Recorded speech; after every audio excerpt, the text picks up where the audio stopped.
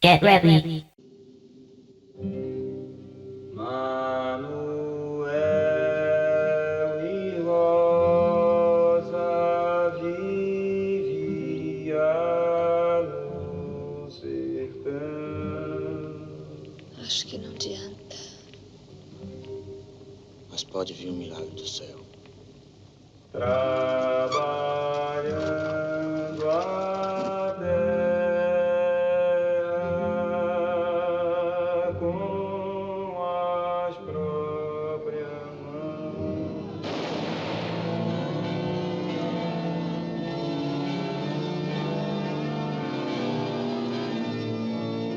O homem não pode ser escravo do homem. O pobre vai ficar rico no lado de Deus. E quem é rico vai ficar pobre nas profundas do inferno. Estou condenado, mas tenho coragem. Entrego minha força ao meu santo para libertar o meu povo. Nós lhe damos 300 contos para o senhor acabar com os beatos. O padre pode achar que Sebastião tem parte com o diabo. Mas eu acho que ele tem parte com Deus também. Depois você vai embora daqui. Compra uma fazenda e vive em paz o resto da vida.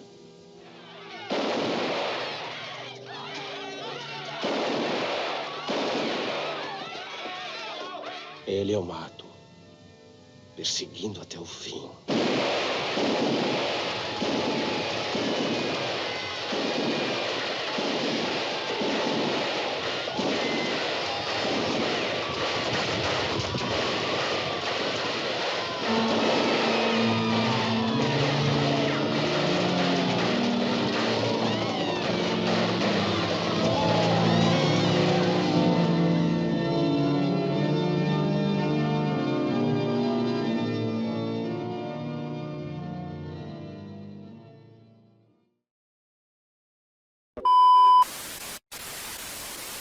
A great man is always willing to be little.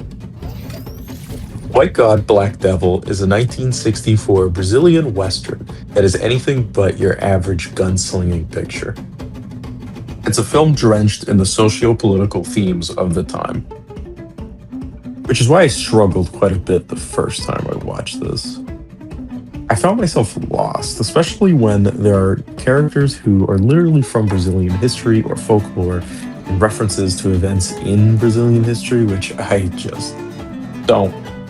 After some reading and some rewatches, I really feel as if I have something of an understanding of this film. At least a personal one I can make sense out of. I think this is by no means an end all be all complete analyzation full look right here of this movie, but it's at least my personal take, so yeah. The film might be considered a Western, but really it falls under the cinema novo movement, which is sort of like a genre in the same way that film noir is. From my understanding, it's a lot like French New Wave, which took film and made it more realistic, used less sets, and most importantly, made it more politically charged in nature. Cinema Novo is sort of like the Brazilian flavor of French New Wave, from my understanding, but I've also hardly touched the genre, so I'm sure there's several eccentricities I'm not taking into account. Basically, this makes the film a lot harder to understand than something like Fistful of Dollars. It's about a poor worker called Manuel, played by Geraldo Del Rey, who, after killing his boss in frustration, becomes infatuated with a holy man by the name of Sebastião, played by Lydio Silva, who takes him and his wife with him to end his cult. This would be where the God part of the title comes in. Although the title of this is actually not a great translation, apparently. The actual title in Portuguese is Deus e o Diablo, da Terra do Sol. Which means God and the Devil in the Land of the Sun. I think the name being so much about black and white might give people the perception that this movie is about race. It definitely did for me, But no, that seems to just be a creation of English translators. Go figure. The title is important though, so remember that. After some Abrahamic mischief, our protagonist must leave the now dead god and finds what else but the devil in the desert. The devil figure being the most iconic part of the film, Corisco, played by Othon Bastos. He's the second in command of Lampião, a very famous bandit in Brazilian history who has just recently fallen in battle. Manuel joins in Corisco's rampage across the countryside as they sing of slaughtering the rich and feeding the poor, only you'll never see the latter. You will, however, see them absolutely torture people, as they even force Manuel, who's starting to have doubts, to castrate a rich guy, which he does in fact do. This can only go on for so long as they are being hunted by Antonio das Mortes, played by Mauricio do Valle, a legendary saint killer who hunts bandits and has been looking for Corisco. He is by far my favorite character who absolutely has that shit on, and has such a kind and gentle manner of speaking. It's a little odd to see a murderer speak in purple prose. He's also sort of a reference to the story of St. George and the Dragon, which this movie will reference quite occasionally. He also has his own spin-off movie, which sounds even more insane somehow. Anyway, instead of escaping, despite knowing he's coming, Corisco instead welcomes fate and decides to fight him to the death. Manuel is not so brave, and he runs off, leaving with his wife to the endless ocean. So what the hell does any of this even mean? Well, I got some ideas. A lot of people, in my opinion, unfairly label this movie as of or speaking on the dictatorship. The former can be disproven by the fact that this is anything but a right-wing movie, very openly left-wing, and the latter because this movie came out about 2 months after the new government came into power, which means it had to have been produced months or maybe even years before. It doesn't give much time to talk about the military takeover. The title speaks of a god and a devil. Is this literal and spiritual in meaning? I would argue no. The film is Marxist, which tends to have an atheist slant. Typically, but also Cinema Novo was a genre that was interested in exploring the socio-political issues of its era. So I would say it's more about the perception, about how society, or even the person themselves, perceives themselves. The God figure views himself or wishes that others view him as a savior or benefactor that can lead the lost lambs into salvation. While the devil figure, Corisco, is a self-proclaimed devil who wants people to view him as a ruthless bastard. There's a line in the film that always sticks with me. Virgulino era grande, mas também ficava pequeno. É mentira! While one can take this as a way of saying important people can also be like you and me, or anyone can be great, but to me, it's saying that these idols that we create, these gods amongst men, are truly just men. Like any human, they are fallible and imperfect. You see this with the God figure, who uses his influence to commit heinous acts in the name of divinity, or Corisco, who claims to do what he does for the poor who never see a penny of what he steals. To me, the story of the film is that great people are not infallible, and you cannot make a god or even a devil out of any human. Manuel is supposed to be a stand-in for us, the audience. Well, the male audience, anyway. We're frustrated, confused, and pathetic, jumping from one idol to the next in the vain hope for salvation, needlessly carrying a rock throughout the desert. Fun fact, the actor for Manuel actually did carry that rock as sort of a method acting thing, which is crazy to me because I thought that was like some sort of fake styrofoam rock thing, but no, yeah, real rock. And yeah, he had to take 2 days off for, head pain and carrying a rock for like 12 hours a day. Anyway, I digress. The wife character, called Rosa, played by Iona Magalhães, is, on the other hand, a lot smarter.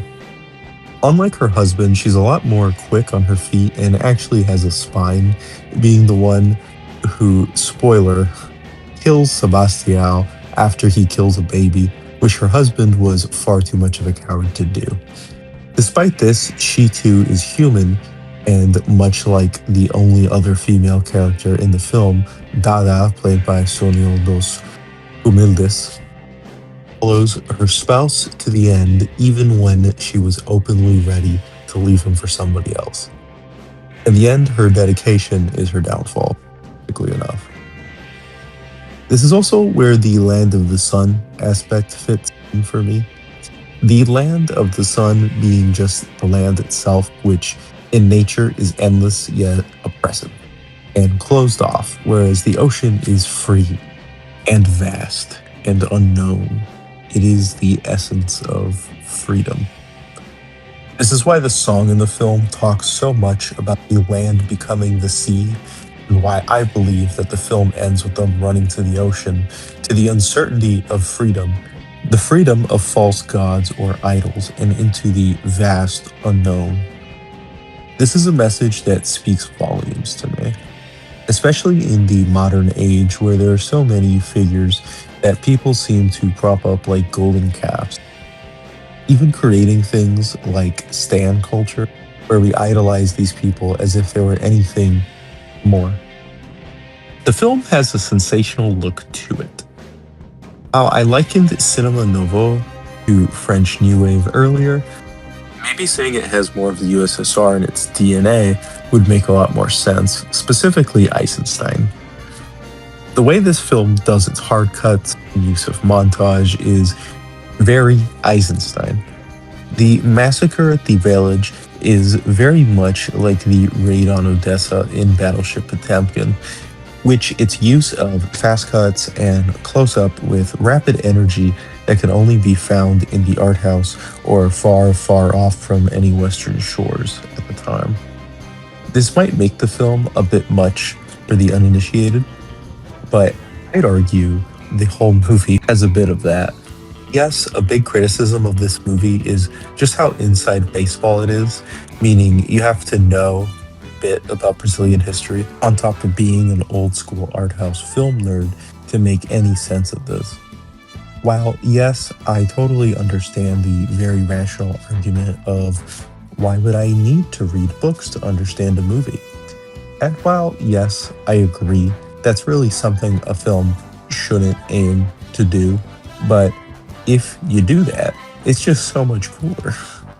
It's a lot more fun to dive deep into this if you do know what they're talking about. And honestly, I think it hurt the film and some of its poetic nature if we had to stop and explain who and what everything is. Because this wasn't a film made for a Western audience. It was made for and by Brazilians. Definitely not for everyone, so maybe don't watch this with grandma or your little brother who just came back from the Super Mario Galaxy movie. Something tells me he's not ready for a movie about humanity and their obsession with false idols and willingness to be free but fear of it. But, whatever. While I understand the frustration of not totally getting a movie the first time you go around it, I'd say that's kind of what the art house is for.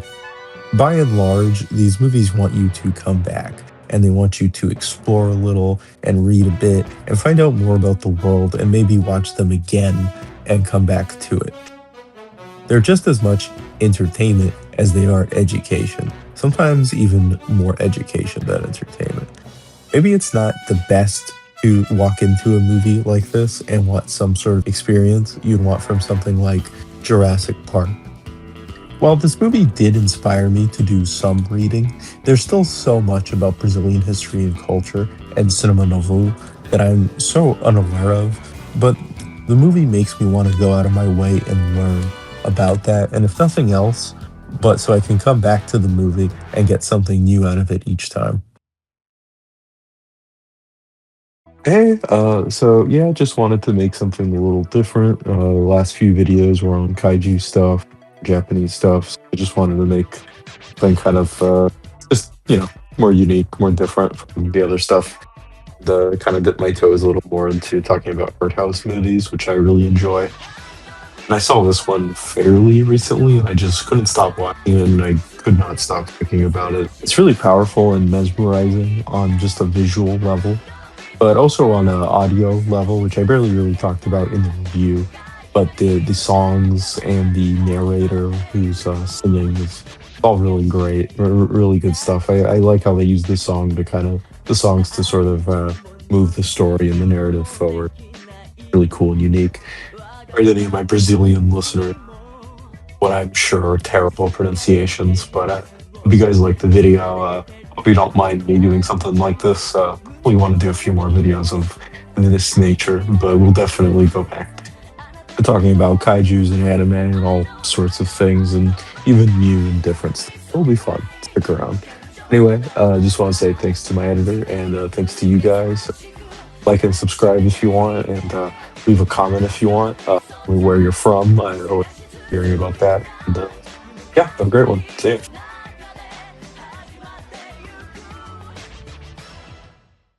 We await your return, warrior.